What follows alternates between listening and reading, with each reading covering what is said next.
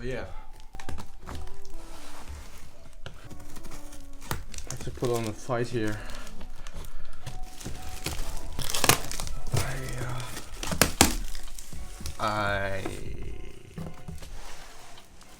Damn boy. Look at that. So yeah. The Bathing Ape Marvel Rocket Raccoon Bapesta. Let's go. So first of all, we got to talk about the packaging. Beautiful, I love it. So in the front, Marvel, a Bathing Ape. On the bottom, Bapesta logos, two Bapesta logos. In the back, beautiful Rocket Raccoon artwork. Yeah, also on the other side of the back paper, on here we can see size tag, Marvel logo, and also the retail tag.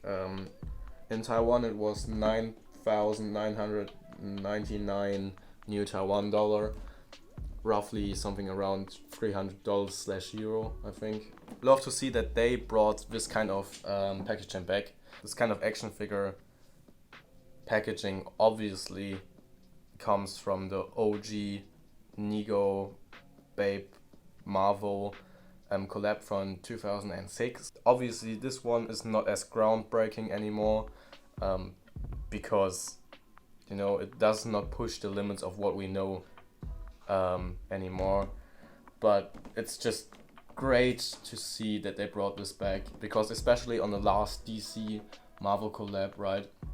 I think 2 years ago the Bapestas were just pretty awful because it has this ugly 3rd gen silhouette, right? And also the packaging was awful, just a normal shoebox. Such a missed opportunity, especially for Babe. I think like if we look at Babe's history, we can definitely say like from 2016 to 19, 20, 21 was just the low point for Babe. Now it's really starting to get up again. Let's look what came inside of this beautiful box. Obviously the shoe itself. Let's talk about the shoe. The whole upper patent leather with, according to the sticker here, real leather underneath.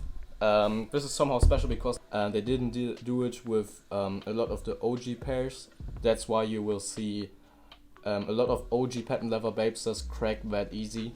So yeah, love that they kind of increased the quality here, even compared to the OG. Yeah, here with the toe box and kind of the mid section here of the Bapesta, you can see very, very deep black patent leather.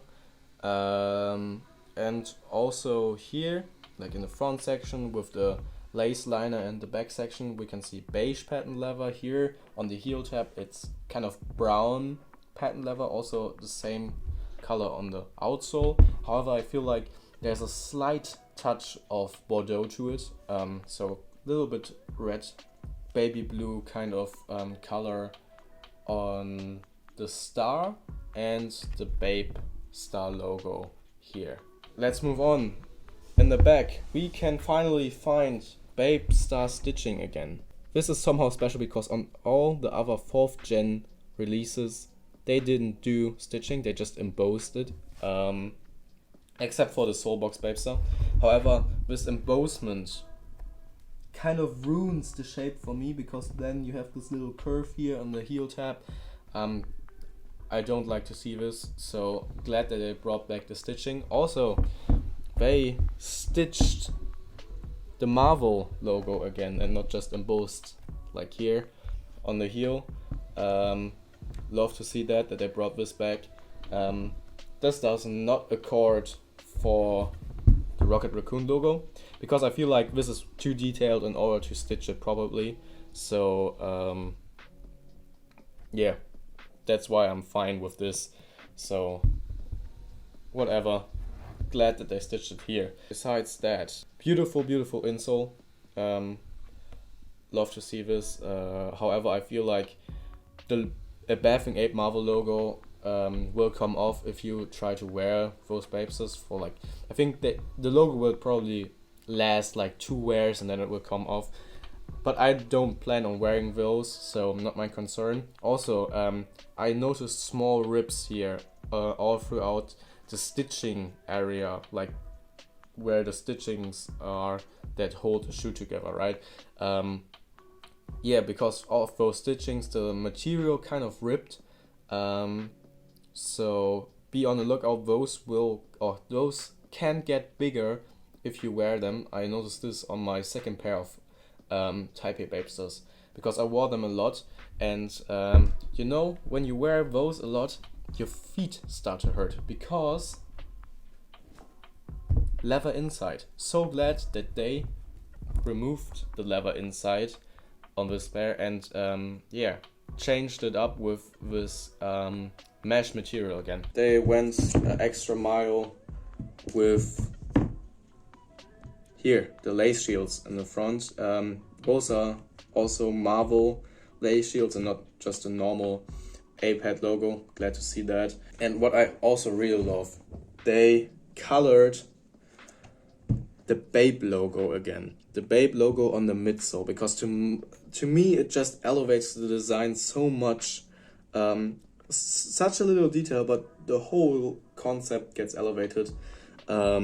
So yeah, love to see that they colored the Babe logo again on the midsole, because they didn't do it at all with the third generation, and also they didn't do it at all on the fourth generation to my knowledge. So glad to see that back. So yeah, besides that, just normal fourth gen outsole. Not a fan of this, but it's whatever, right? It's just the outsole. They also increased the level of what they put inside the shoe in order to keep it shape, because with all the others it's just, you know, they just stuff paper in there. Now here it's a real cardboard shoe tree. Yay, I guess. Price point was very different according to region. In Taiwan it was 10,000 new Taiwan dollars, so roughly something around the $300 mark. Pretty much the same at this point. And yeah, US $360. Japan was something like 220, I think. 215 to be exact, I think. Yeah, not that much more to say, I think, besides, yeah, maybe the stitching quality in the back is not as good as with OG pairs. Okay, so then let's move on to the next pair that we will talk about today, and then we will talk about the current path that Babe and sneaker culture in general right now is heading to.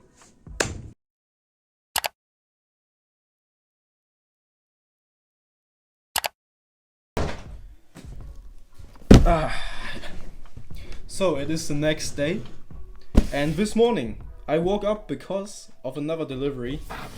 As you can see here, normal 4th gen Bapesta box. What came inside? Yeah, inside the normal stuff, right? Insoles, extra insoles, and a dust bag. I think we all know it at this point, and I don't think we care anymore. The actual shoe that came inside was this beautiful Roadsta. According to the sticker on the bottom, leather upper, mesh inside, and gum outsole. This whole upper comes in something like a foil optic, right? Some green, some kind of gold, some kind of UNC, and also purple. Beautiful colorway. How is it called? I don't know.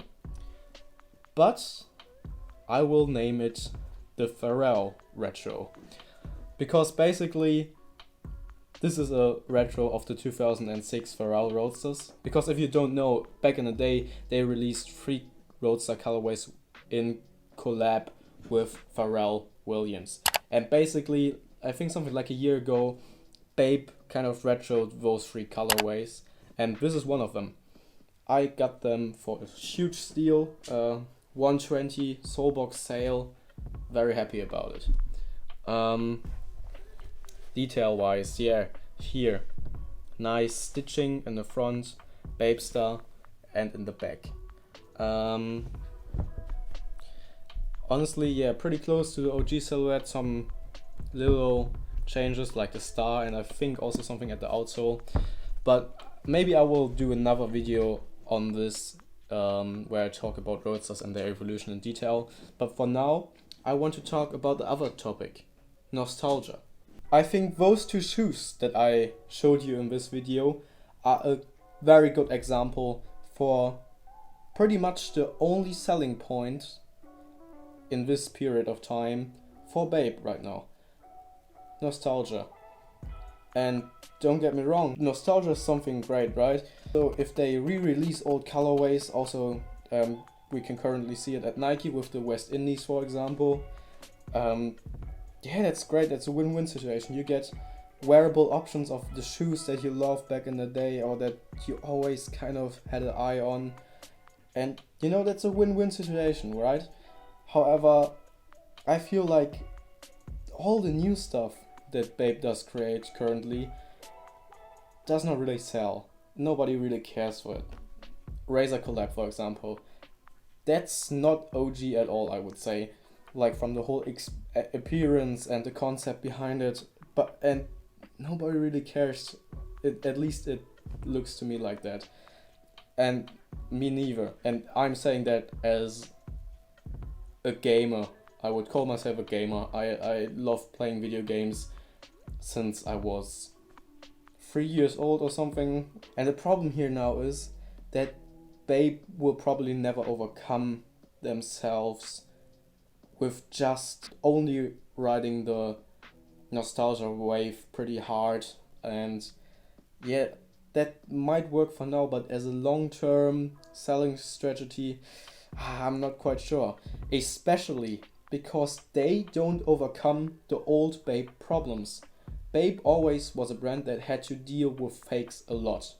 And I mean, like, one of the biggest Bape brand ambassadors back in the day, Soulja Boy, even he wore fake Bapestas, right? So that shows you that fakes kind of always were a part of Bape. And if you wear fake Bapestas, I'm fine with that. You can do whatever you want, as long as you're open about it. But the problem here is, almost like back in the day, fakes currently, they are almost bigger than the original product.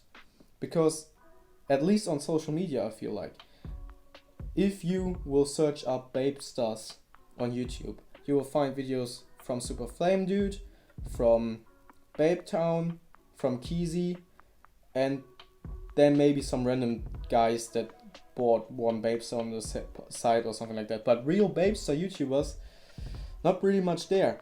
Instead, 90% of the videos that we will find are about fakes. So I think that shows another huge problem.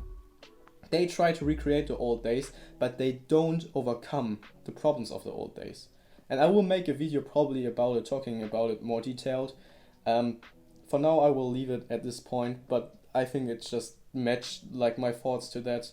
I just wanted to throw them into the room from the bottom out of my heart. And I think those two shoes that I reviewed here, they are a good example for that. So thank you guys for watching, and leave me your thoughts about this topic in the comments. And yeah, thank you guys.